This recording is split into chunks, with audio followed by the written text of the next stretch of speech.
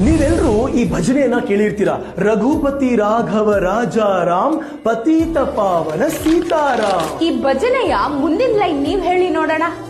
ಈಶ್ವರ ಅಲ್ಲ ತೇರೆ ನಾಮ್ ಸಬುಕೋ ಸನ್ಮತಿ ಧೇ ಭಗವಾನ್. ಈಶ್ವರ ಅಲ್ಲ ತೇರೆ ನಾಮ್ ಅನ್ನುವಂತಹ ಲೈನು ಈ ಸಾಲು ಮೂಲ ಭಜನೆಯಲ್ಲಿ ಯಾವತ್ತೂ ಇರಲಿಲ್ಲ. ಈ ಸಾಲನ್ನ ಸೇರಿಸಿದ್ದು ಮೋಹನ್ ದಾಸ್ ಕರಮ್ಚಂದ್ ಗಾಂಧಿ ಅವರು. ನಾವು ಹೇಗೆ ಬೈಕ್ ನ ಕಾರನ್ನ ಮಾಡಿಫೈ ಮಾಡ್ತೀವೋ ಹಾಗೆ ಗಾಂಧಿಯವರು ತಮಗೆ ಹೇಗ್ ಬೇಕೋ ಹಾಗೆ ಈ ಹಿಂದೂ ಭಜನೆಯಲ್ಲಿ ಅಲ್ಲಾನನ್ನ ಸೇರಿಸಿದ್ರು, ಮಾಡಿಫೈ ಮಾಡಿದ್ರು. ಇಡೀ ದೇಶದ ಮೂಲೆ ಮೂಲೆಗೆ ಇದೇ ನಿಜವಾದ ಭಜನೆ ಅಂತ ಪ್ರಚಾರ ಮಾಡಿದ್ರು. ಎಲ್ಲಾ ಹಿಂದೂ ದೇವಾಲಯದಲ್ಲಿ ಇದನ್ನ ಹಾಡ್ಬೇಕು ಅಂತ ಹೇಳ್ಬಿಟ್ರು.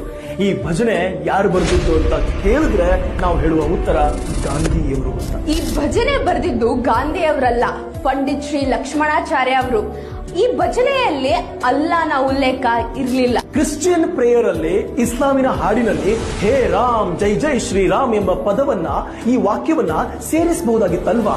ಸೇರಿಸಿದ್ರೆ ಏನಾಗ್ತಿತ್ತು ಅಂತ ಗಾಂಧೀಜಿಯವರಿಗೆ ತುಂಬಾ ಚೆನ್ನಾಗಿ ಗೊತ್ತಿತ್ತು. ಈಗ ನಾವು ಈ ವಿಡಿಯೋ ಮಾಡಿದೀವಿ, ಸತ್ಯನ ಹೇಳಿದೀವಿ. ನಾವು ಅಸಹಿಷ್ಣುಗಳು, ಜಾತ್ಯತೀತಕ್ಕೆ ವಿರೋಧಿಗಳು ಅನ್ಸುತ್ತೆ ಕೆಲವೊಬ್ಬರಿಗೆ.